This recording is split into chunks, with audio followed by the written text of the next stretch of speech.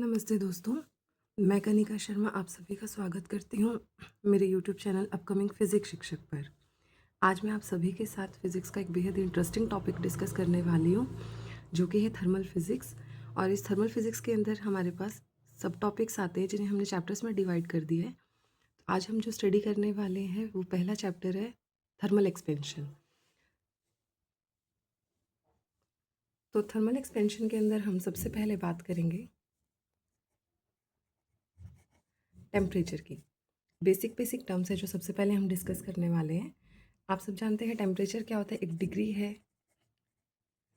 Hotness और coldness को measure करने की। हॉटनेस या कोल्डनेस को मेज़र करने के लिए जो हम डिग्री बताते हैं वो टेम्परेचर होता है। ठीक है, तो ये हॉटनेस और कोल्डनेस किसी भी ऑब्जेक्ट की होती है। तो अगर हम किसी भी ऑब्जेक्ट को देखना चाहते हैं कि उसका डिग्री ऑफ हॉटनेस क्या है और कोल्डनेस क्या है, तो इसका मतलब है कि हम उसके टेम्परेचर की बात कर रहे हैं। नेक्स्ट आता है हीट। हीट में हमारे पास क्या होता है, हीट एक बेसिकली फॉर्म ऑफ एनर्जी होती है। आप सभी बचपन से पढ़ते आ रहे हैं कि हीट जो होता है वो हमारे पास फॉर्म ऑफ एनर्जी होती है। और कोई भी अगर दो हमारे पास ऑब्जेक्ट्स अवेलेबल है तो इसके अंदर क्या होता है, हमारे पास जो हीट होगी वो हमेशा ट्रांसफ़र होती है दो ऑब्जेक्ट्स के बीच में। दो ऑब्जेक्ट्स के बीच में हम हीट को हमेशा देखते हैं कि वो ट्रांसफ़र होती है, लेकिन नेसेसरी कंडीशन है कि इन दोनों का जो टेम्परेचर है वो डिफरेंट होना चाहिए। अगर टेम्परेचर डिफरेंट होगा तभी हमारी हीट जो है वो एक ऑब्जेक्ट से दूसरे ऑब्जेक्ट की तरफ ट्रांसफ़र होगी। इसमें से हमेशा क्या होता है कि एक ऑब्जेक्ट जो है वो हॉट होता है और एक ऑब्जेक्ट जो है वो कोल्ड होता है। तो जो हीट की मोशन होती है वो हॉट से कोल्ड की तरफ जाती है, यानी कि लोअर टेम्परेचर जिसका होगा उसकी तरफ जो है हमारी हीट जो है मूव करती है। नेक्स्ट आता है हमारे पास, अगर हम अभी हमने बात की कि अगर दो ऑब्जेक्ट्स डिफरेंट टेम्परेचर पे होंगे तो उनके बीच में हीट का ट्रांसफ़र होगा। लेकिन अगर यही ऑब्जेक्ट का टेम्परेचर सेम हो जाए, सेम टेम्परेचर हो जाए, तो उस केस में हमारे पास क्या अचीव होता है, थर्मल इक्विलिब्रियम अचीव हो जाता है। थर्मल इक्विलिब्रियम आगे देखते हैं। अब हम बात करते हैं थर्मल एक्सपेंशन की, जो कि हमारा चैप्टर है। तो इसमें सबसे पहले आपको क्या ध्यान रखना है कि हमारे पास अगर कोई ऑब्जेक्ट है, अगर हमारे पास कोई ऑब्जेक्ट है, उसको मैंने हीट कर दिया, ये सिंबल है हीट का। अगर मैंने उस ऑब्जेक्ट को हीट कर दिया तो आप जानते हैं कि इस ऑब्जेक्ट के अंदर मॉलिक्यूल्स प्रेजेंट होंगे। उन मॉलिक्यूल्स के बीच में कुछ ना कुछ डिस्टेंस होगी। तो वो जो मॉलिक्यूल्स के बीच का जो डिस्टेंस है हीट करने पर वो क्या होगा, इंक्रीज़ कर जाएगा। अब वो मॉलिक्यूल्स के बीच का डिस्टेंस इंक्रीज़ कर गया, इसका मतलब क्या हुआ, एक्सपेंशन हो गया, यानी कि एक्सपैंड हो गया हमारा ऑब्जेक्ट। अब एक्सपेंशन हुआ किसके अंदर है, ऑब्जेक्ट की डायमेंशंस के अंदर एक्सपेंशन हुआ है, ऑब्जेक्ट्स की डायमेंशंस में। ठीक है, अगर ऐसा होता है तब हम कहते हैं कि हमारे पास क्या अचीव हुआ है, थर्मल एक्सपेंशन अचीव हुआ है। अब जो ऑब्जेक्ट के अंदर आपने एक्सपेंशन देखा था, अब जो ऑब्जेक्ट में एक्सपेंशन आया था हमारे पास, ये एक्सपेंशन हमारे पास तीन तरीके से होता है। एक लीनियर एक्सपेंशन होता है, एक एरियल एक्सपेंशन होता है और एक वॉल्यूमेट्रिक एक्सपेंशन होता है।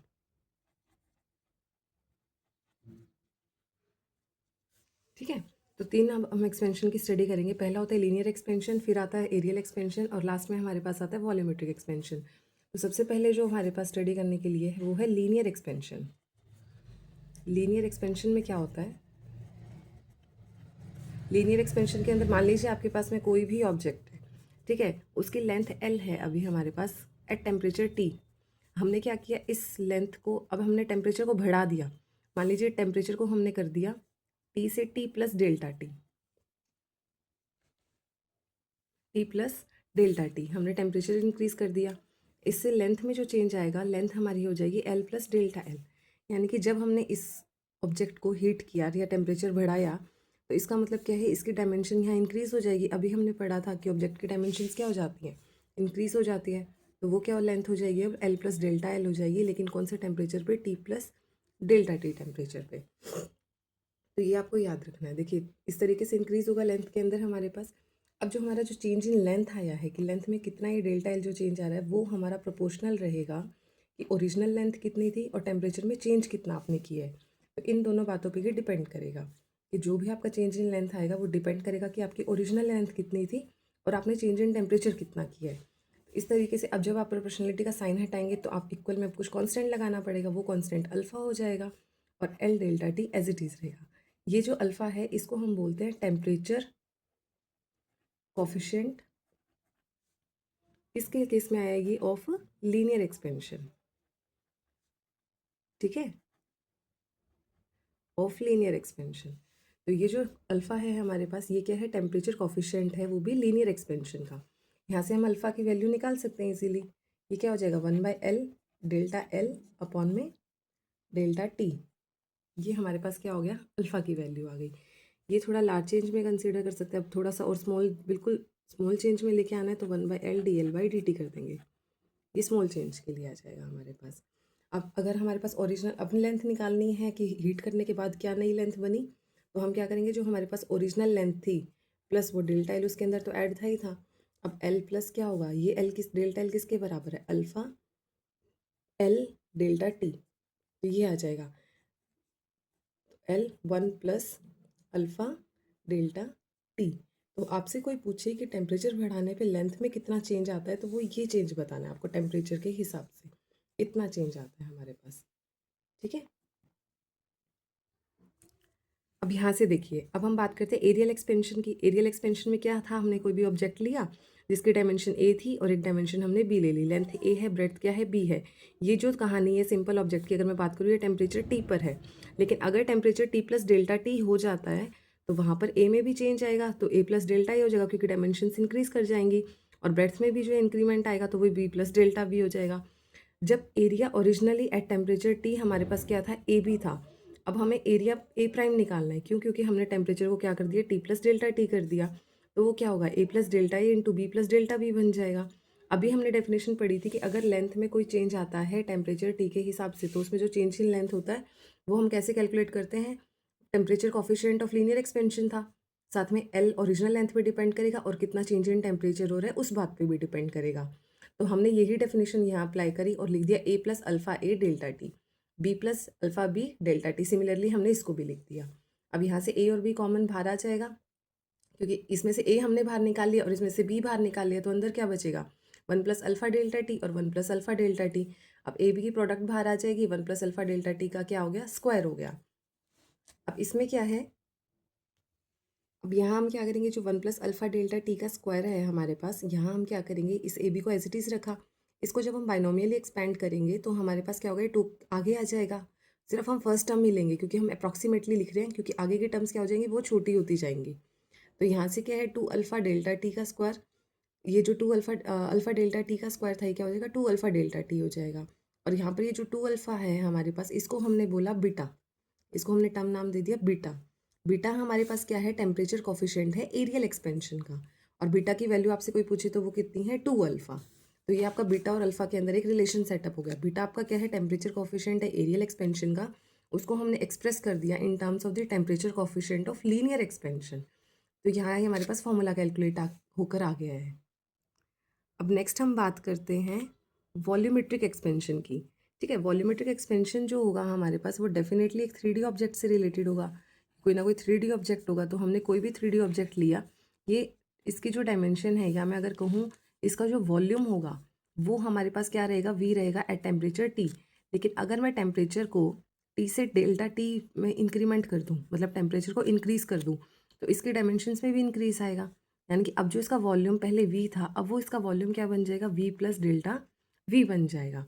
इतना समझ में आया। इसका मतलब हमारे पास अब जो नया वॉल्यूम है वी प्राइम, वो क्या कहलाएगा, जैसे आपने एरिया बनाया था ना ऊपर, जैसे ओरिजिनल ए आ गया था आपके पास में, ए इंटू 1 + अल्फा डेल्टा टी का स्क्वायर बनकर आया था हमारे पास। ठीक है, तो यहाँ से हम लोग इसी तरीके से क्या लिख सकते हैं इसको, मतलब जब आप डेरिवेशन करोगे, हालांकि आपको डेरिवेशन की ज़रूरत नहीं है, वो तो मैंने एक तरीके से समझाने के लिए आपको बता दी है। लेकिन अगर आप सेम सिमिलर प्रोसेस को फॉलो करोगे, तो अब आपके पास क्या होगा, जो वी प्राइम निकल के आएगा वो आएगा V into 1 + alpha delta T का क्यूब, ये आपके पास निकल कर आएगा। इसी तरीके से आप जब इसको बाइनोमियली एक्सपेंड करोगे तो यहाँ क्या आएगा, 1 + 3 अल्फा डेल्टा टी। ठीक है, इस 3 अल्फ़ा को मैं नाम दे दूँगी गामा, और ये गामा है हमारे पास temperature coefficient of volumetric expansion. ठीक है, अब इस गामा को भी मैंने किस में एक्सप्रेस कर दिया, in terms of the temperature coefficient of linear expansion, और वो क्या कितनी वैल्यू आई उसकी 3 अल्फ़ा। तो गामा किसके इक्वल हो गया, 3 अल्फ़ा के इक्वल हो गया हमारे पास। ठीक है, अगर जनरली आपसे कोई रिलेशन पूछे तो अल्फ़ा जो है हमारा वो किसके बराबर होगा, बीटा बाई 2 के बराबर हो जाएगा, इक्वल्स टू गामा बाई 3 के बराबर हो जाएगा।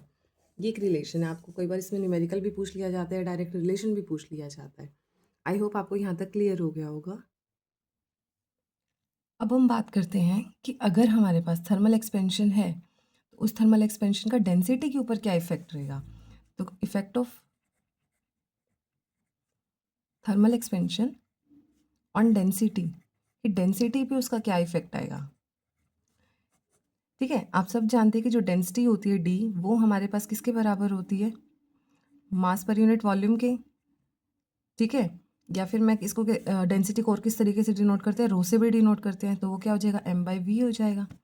इतना सभी जानते हैं बेसिकली। अगर मैं नई डेंसिटी की बात करूँ तो नई डेंसिटी में मास में तो कोई चेंज नहीं आएगा, पर वॉल्यूम में चेंज ज़रूर आएगा, तो वो वी प्राइम बन जाएगा। ठीक है, अब मैं जो फर्स्ट इक्वेशन है ये और इसको सेकंड इक्वेशन मान लेती हूँ, इन दोनों को मैं 2/1 करती हूँ, मतलब सेकंड को डिवाइड करवाती हूँ फर्स्ट इक्वेशन से, तो मेरे पास क्या आएगा, रो प्राइम अपॉन में rho is equals to V upon V prime, क्योंकि मास तो फिक्स हो गया और वो कैंसिल आउट हो जाएगा हमारे पास, तो यहाँ से v अपॉन वी प्राइम हो गया। अब v तो ओरिजिनल वॉल्यूम है तो वो एज इट इज़ रहेगा। हमने अभी वॉल्यूमेट्रिक एक्सपेंशन के अंदर पढ़ा था कि जो चेंज इन वॉल्यूम होता है due to the effect of temperature, वो कितना आता है, v into 1 plus 3 alpha delta T, यही पढ़ा था हमने। या फिर मैं क्या लिख सकती हूँ, v upon v into 1 plus gamma delta T, क्योंकि गामा क्या था, thermal coefficient of volumetric expansion. अब हम यहाँ से क्या करेंगे, रो प्राइम लिखेंगे, रो प्राइम कितना हो जाएगा, क्योंकि ये v से v कैंसिल आउट हो गया, तो हमारे पास क्या होगा, रो अपॉन में 1 प्लस गामा डेल्टा टी, और कैसे लिखा जा सकता है, rho into 1 plus gamma delta T की पावर -1। अब मैं इसको बाइनोमियली एक्सपेंड कर दूंगी, तो रो प्राइम कितना हो जाएगा, रो इंटू अप्रॉक्सीमेटली इक्वल हो जाएगा ना 1 minus gamma delta T. Clear है, तो हमारे पास जब डेंसिटी पे इफेक्ट देखना हो due to the change in temperature या टेम्परेचर इंक्रीज करने से, तो इतना चेंज आता है हमारी डेंसिटी के अंदर, या ओरिजिनल अब जो डेंसिटी हमारे पास आएगी नहीं, उसमें इतना चेंज होकर हमारे पास वो डेंसिटी मिलेगी। तो आपको ये फॉर्मूला भी कई बार पूछ लेते हैं, न्यूमेरिकल पूछ लेते हैं डायरेक्टली इस बेसिस पे। अब हम डिस्कस करते हैं इसके एप्लीकेशन पार्ट की, कि इसका एप्लीकेशन कहाँ कहाँ है हमारे पास। एप्लीकेशन पार्ट के अंदर सबसे पहले हमारे पास आता है एक्सपेंशन ऑफ कैविटीज़ का concept. Expansion of cavities, cavities आप अच्छे से जानते हैं, जैसे आपके पास क्या होता है, आपके मुंह में कैविटी होती है, तो इसका मतलब क्या है, वहाँ पे क्या होता है, जिस जगह पे कैविटी होती है वहाँ एक होलोनेस क्रिएट हो जाती है, वहाँ उस जगह पर एक होलोनेस होती है। इसी तरीके से आप किसी भी ऑब्जेक्ट के अंदर अगर आप कोई कैविटी क्रिएट करते हैं तो उस जगह पे क्या होगा, एक खोखलापन आ जाएगा।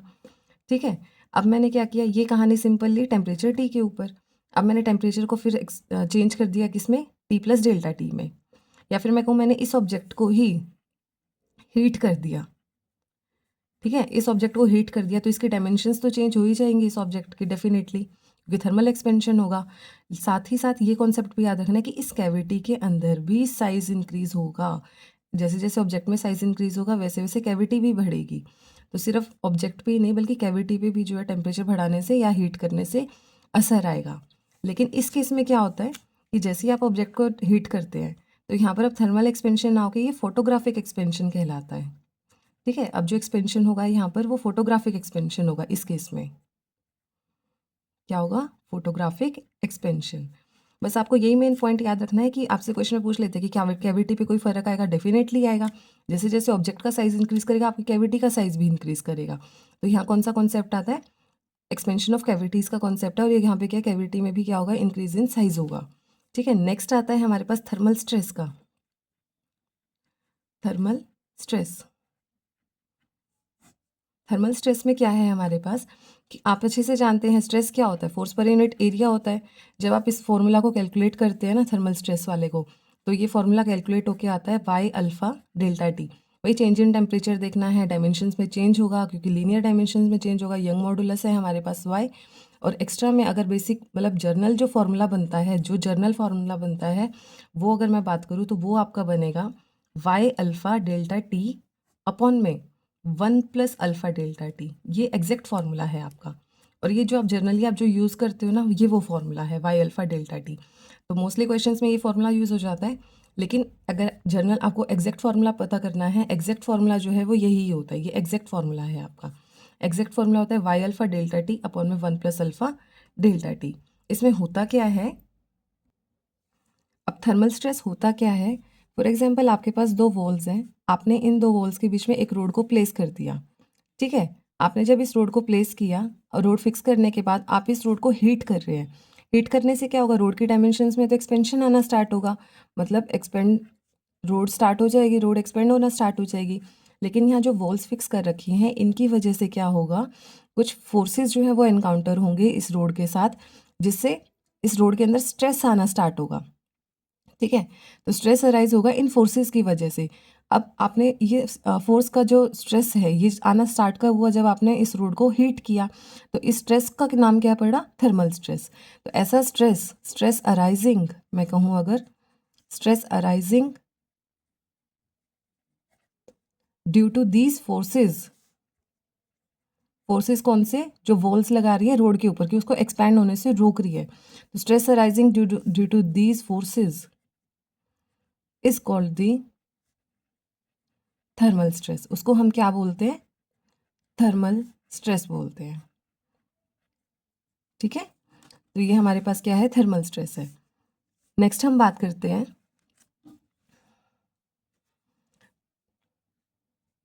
कि पेंडुलम के ऊपर टेम्परेचर का क्या इफेक्ट पड़ेगा। आपके पास कोई भी सिंपल पेंडुलम है, उसके ऊपर टेम्परेचर का क्या इफेक्ट है। ठीक है, तो हमारे पास क्या है, यहाँ से यहाँ तक बॉब जो है सस्पेंडेड होता है। आप अच्छे से जानते हैं सिंपल पेंडुलम की मोशन कुछ इस तरीके से रिप्रेजेंट करते हैं। ये जो स्ट्रिंग होती है ये यहाँ तक थीटा एंगल दिखाती है। तो अगर मैं बात करूँ थीटा जो है वो चेंज कितना होगा, थीटा प्लस डेल्टा थीटा का चेंज आ जाएगा। अगर मैं टी का चेंज दिखाऊँ तो वो कितना था, कितना लिया हमने हमेशा से, टी प्लस डेल्टा टी। तो लेंथ में कितना चेंज आएगा, अब ये थीटा के टर्म्स में रिप्रेजेंट होगा, अल्फा डेल्टा थीटा। अगर मैं बात करूँ टी की तो वो कितना होता है, time period of simple pendulum T 2π√L/g होता है। ठीक है, तो अब लेंथ में आपको अच्छे से पता है कितना चेंज आ रहा है, 1 + अल्फा डेल्टा थीटा का चेंज आ रहा है। लेंथ अगर हम नहीं निकालें तो इतना होगा। अब आप ये याद रखिए कि डेल्टा T/T जो टाइम पीरियड है, टाइम पीरियड में कितना चेंज है, ये टेम्परेचर यहाँ हम अब थीटा से लेकर चल रहे हैं बेसिकली। ये तो एंगल कुछ आप अल्फ़ा मान लीजिए कोई भी, ये अल्फ़ा और ये अल्फ़ा अलग है। ये जो थीटा है ये टेम्परेचर को रिप्रेजेंट कर रहा है, ये टाइम पीरियड को रिप्रेजेंट कर रहा है कि कितना टाइम पीरियड में चेंज आ रहा है, और ये आपकी लेंथ को रिप्रेजेंट कर रहा है। ठीक है, तो टाइम पीरियड ये होता है। अब टाइम पीरियड में डेल्टा T/T कितना होगा, अल्फ़ा डेल्टा थीटा/2 आ जाएगा। ये कैलकुलेट करना होता है और मैंने आपको डायरेक्ट बता दिया। ठीक है, अल्फ़ा डेल्टा थीटा/2 आ जाएगा टेम्परेचर के हिसाब से। अब आप देखिए जो मेजर्ड टाइम था उसके अंदर कितना एरर आ रहा है, मेजर्ड टाइम के अंदर ये है एरर इन मेजर्ड टाइम। ठीक है, तो मेजर टाइम में जो एरर है, तो जो माइनस डेल्टा T/T जो टाइम पीरियड है वो अपॉन में टी के नेगेटिव के बराबर होगा, यानी कि माइनस अल्फ़ा डेल्टा थीटा/2 के बराबर हो जाएगा। ठीक है, तो ये जो है मेजर टाइम को, जो यहाँ टी है आपका, जो आपने टाइम मेजर किया है ये वो है। ठीक है, आपके मेजर टाइम में एरर क्या आ रहा है, वो जो टाइम पीरियड है उसके नेगेटिव के, मतलब उसमें कितना एरर है उसका नेगेटिव कर दीजिए। तो उसमें एरर तो अल्फ़ा डेल्टा थीटा/2 का आ रहा है टेम्परेचर के हिसाब से, तो जब हम इसका नेगेटिव कर देते हैं तो हमारा मेजर टाइम के अंदर एरर आता है। ये कॉन्सेप्ट क्लियर हो गया। अब हम बात करते हैं नेक्स्ट एप्लीकेशन की, जो कि है बायमेटेलिक स्ट्रिप की। बायमेटेलिक स्ट्रिप, बायमेटेलिक स्ट्रिप क्या होती है बेसिकली, ये एक थिन स्ट्रिप होती है जिसको हम बनाते हैं by bonding the two different metals that have different coefficient of thermal expansion. कहने का मतलब है ये एक थिन स्ट्रिप होती है आपके पास। ठीक है, थिन स्ट्रिप होती है जिसके अंदर क्या होता है आपके पास, इसमें बॉन्डिंग की जाती है बेसिकली दो डिफरेंट मेटल्स की। दो डिफरेंट मेटल्स की बॉन्डिंग होती है इसके अंदर। और फिर से सुनिए, देखिए बायोमेटेलिक स्ट्रिप में क्या होता है, ये एक थिन स्ट्रिप होती है जिसको हम बॉन्डिंग कर, इसमें बॉन्डिंग होती है दो डिफरेंट मेटल्स की। डिफरेंट मेटल्स होने का मतलब है कि जो इनका थर्मल कॉफिशिएंट होगा, दोनों का जो कॉफिशिएंट है थर्मल एक्सपेंशन का, वो क्या होगा, दोनों ही डिफरेंट होंगे, तभी वो मेटल्स क्या होते हैं, डिफरेंट होते हैं। ठीक है, इसमें हम क्या करेंगे, जब हम इसको हीट कर देते हैं, जब हम इस बायोमेटेलिक स्ट्रिप को जब हम हीट करते हैं तो हमारे पास क्या होता है, ये कुछ इस तरीके से दिखाई देती है आप लोगों को। मतलब ओरिजिनली हमने दो मेटल्स लिए होते हैं और इस तरीके की इसकी कुछ रिप्रेजेंटेशन सी होती है। ठीक है, इस तरीके से होता है। ये रेडियस हो गया इसका आर, यहाँ से पॉइंट सेंटर ओ से, ये एक मेटल होता है हमारे पास, ये कोई दूसरा मेटल होता है। दोनों के थर्मल कॉफिशिएंट जो होते हैं एक्सपेंशन के, वो डिफरेंट होते हैं।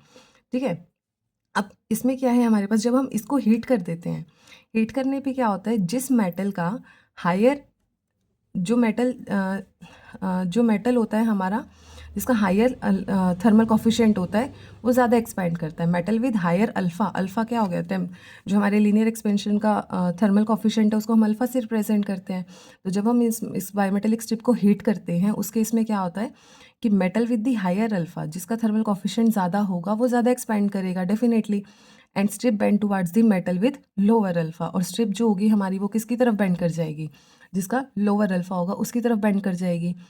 ठीक है, तो ये केस याद रखना है। जैसे ही आप इसको हीट करेंगे तो जिस मेटल का अल्फ़ा ज़्यादा है वो एक्सपैंड करेगा ज़्यादा, वो ज़्यादा एक्सपैंड करेगा। और किसकी तरफ करेगा, लोअर अल्फ़ा वाले मेटल की तरफ करेगा। ठीक है, लोअर अल्फ़ा वाले मेटल की तरफ वो क्या करेगा, एक्सपैंड करेगा। जिसको हम अब इसमें जो है इसका मतलब कहाँ ये यूज़ किया जाता है प्रॉपर्टीज़ को, बेसिकली ये यूज़ करते हैं हम लोग थर्मोस्टैट के अंदर। थर्मोस्टैट के अंदर हम इसको यूज़ करते हैं, सर्किट ब्रेकर के अंदर हम इसको यूज़ करते हैं, और नेक्स्ट है फायर अलार्म के अंदर भी हम इसको यूज़ करते हैं। एक बार और शॉर्ट में समझ लीजिए, बायोमेटेलिक स्ट्रिप में मैंने आपको क्या बताया, ये एक थिन स्ट्रिप होती है जिसके अंदर बॉन्डिंग की जाती है दो डिफरेंट मेटल्स की, जिनके डिफरेंट मेटल्स कहने का मतलब है कि उनका जो थर्मल एक्सपेंशन कॉफिशिएंट है वो दोनों ही मेटल्स का डिफरेंट होगा। जैसे आप इस बायोमेटेलिक स्ट्रिप को हीट करेंगे तो जिस मेटल का हायर थर्मल एक्सपेंशन कॉफिशिएंट होगा वो ज़्यादा एक्सपेंड करेगा, और एक्सपेंड करेगा किसकी तरफ, जिसका लोअर थर्मल कॉफिशिएंट होगा। ठीक है, उसकी तरफ वो एक्सपेंड करना शुरू करेगा। तो इसमें इसकी जो प्रॉपर्टीज़ है वो हम कहाँ यूज़ करते हैं, बेसिकली थर्मोस्टैट्स के अंदर, सर्किट ब्रेकर्स के अंदर, फायर अलार्म्स के अंदर, इन जगहों पर हम लोग इस बायोमेटेलिक स्ट्रिप का यूज़ करते हैं। अब आगे देखिए, मान लीजिए आपके पास ये बायोमेटेलिक स्ट्रिप है आपके पास इस तरीके से। ठीक है, एक रेड कलर की है स्ट्रिप और एक ग्रीन कलर की स्ट्रिप है फॉर एग्जाम्पल। ठीक है, ये यहाँ से यहाँ तक का डिस्टेंस आर है इसका। अब हमें कोई ये आर ही कैलकुलेट करने के लिए पूछ ले, तब हम कैसे कैलकुलेट करेंगे। देखिए, अब आपको ये पता है कि मान लीजिए एक स्ट्रिप आपने ये ले ली, एक स्ट्रिप ये ले ली, कोई किसी भी टेम्परेचर T1 इसका टेम्परेचर मान लीजिए, ये टेम्परेचर T2 मान लीजिए। आई कोई भी ऐसी चीज़ है जो फ्लो कर सकते, करंट नहीं है, मतलब कोई भी ऐसी चीज़ जो फ्लो कर जाए। यहाँ पे अल्फ़ा 1 जो है इसका लीनियर एक्सपेंशन कॉफिशिएंट है, अल्फ़ा 2 जो है इसका thermal coefficient of linear expansion का। तो यहाँ से जब हम आर की वैल्यू कैलकुलेट करते हैं तो वो हमारे पास क्या आएगी, T1 + T2। मैं डायरेक्ट फॉर्मूला बता रही हूँ, हो सके तो याद रख लीजिएगा इसको। Alpha 1 × T2 + alpha 2 × T1 delta T upon में 2 times of alpha 1 - alpha 2 into delta T change in. अब क्या बात है हमारे पास, देखिए अब नेक्स्ट एक पॉइंट है, वो छोटा सा पॉइंट है, इसी से रिलेटेड है कि अगर हमारा टेम्परेचर ज़्यादा होगा, ठीक है, अगर हमारे पास हाई टेम्परेचर है, टेम्परेचर कैसा है हमारे पास, अगर हाई टेम्परेचर है तो जो बायोमेटेलिक स्ट्रिप होगी, अगर मैं आपसे पूछूँ तो वो क्या होगी, डेफिनेटली ज़्यादा बेंड होगी। ठीक है, हायर टेम्परेचर पे क्या होगा, बायोमेटेलिक स्ट्रिप जो होगी वो ज़्यादा बेंड होना शुरू होगी and will have a smaller radius, और रेडियस क्या हो जाएगी उसकी, स्मॉल हो जाएगी। देखिए अभी तो बेंड वो कम हो रही थी, अगर टेम्परेचर ज़्यादा है तो जो बायोमेटेलिक स्ट्रिप होगी आपके पास, बायोमेटेलिक स्ट्रिप वो ज़्यादा बेंड होगी, वो ज़्यादा बेंड होगी। ठीक है, ज़्यादा बेंड होगी, लेकिन उसका जो रेडियस है हमारे पास, रेडियस कैसा हो जाएगा उसका, स्मॉल हो जाएगा, रेडियस घट जाएगा। देखो ये थी यहाँ वो कम बेंड हो रही थी अभी, T1 टेम्परेचर पे ये कहानी थी और यहाँ R डिस्टेंस है ये। लेकिन अब हमने क्या करा, T2 टेम्परेचर पे क्या हुआ, टेम्परेचर मैंने T1 से क्या कर दिया, T2 कर दिया, और T2 जो है वो बहुत ज़्यादा टेम्परेचर है एज़ कम्पेयर टू T1। तो यहाँ क्या होगा, ये R1 मान लीजिए डिस्टेंस जो है, और यहाँ हमारे पास क्या होगा कि अब हमारी जो स्ट्रिप थी वो इतनी ज़्यादा बेंड हो जाएगी और ये R2 डिस्टेंस बन जाएगा हमारे पास यहाँ से यहाँ तक का। ठीक है, ये कहानी कब है, T2 टेम्परेचर पे। तो आपने क्या देखा कि जो R2 है वो क्या हो गया हमारे पास, कम हो जाएगा R1 के कंपैरेटिवली, लेकिन टेम्परेचर T2 का क्या है, ज़्यादा है। ये आपको याद रखना है। ठीक है, ये जो है इमेजिनेशन के ऊपर डिपेंड करता है, ये पॉइंट आप कितना समझ पा रहे हैं। मैं आपको बोल रही हूँ कि टेम्परेचर जो है आपने ज़्यादा कर दिया। अब बायोमेटेलिक स्ट्रिप है, जैसे ही आप टेम्परेचर ज़्यादा करोगे तो उसका जो बेंडनेस है, जो मतलब जो बेंड हो रही थी वो बेंड बहुत ज़्यादा होना शुरू हो जाएगी। जैसे ही कोई चीज़ ज़्यादा बेंड होगी तो वो डिस्टेंस ऑटोमेटिकली कम हो जाएगा डेफिनेटली। तो ये इस पॉइंट में बताया गया है। आई होप आपको यहाँ तक समझ आया होगा। आज के लिए इतना ही। अगले लेक्चर में हम एक नए सब टॉपिक के साथ मिलेंगे, इसी को ही प्रोसीड करेंगे। तब तक के लिए आप जो अभी तक करवाया है वो उसको रिवाइज़ करिए और मिलते हैं अगले लेक्चर में। Thank you.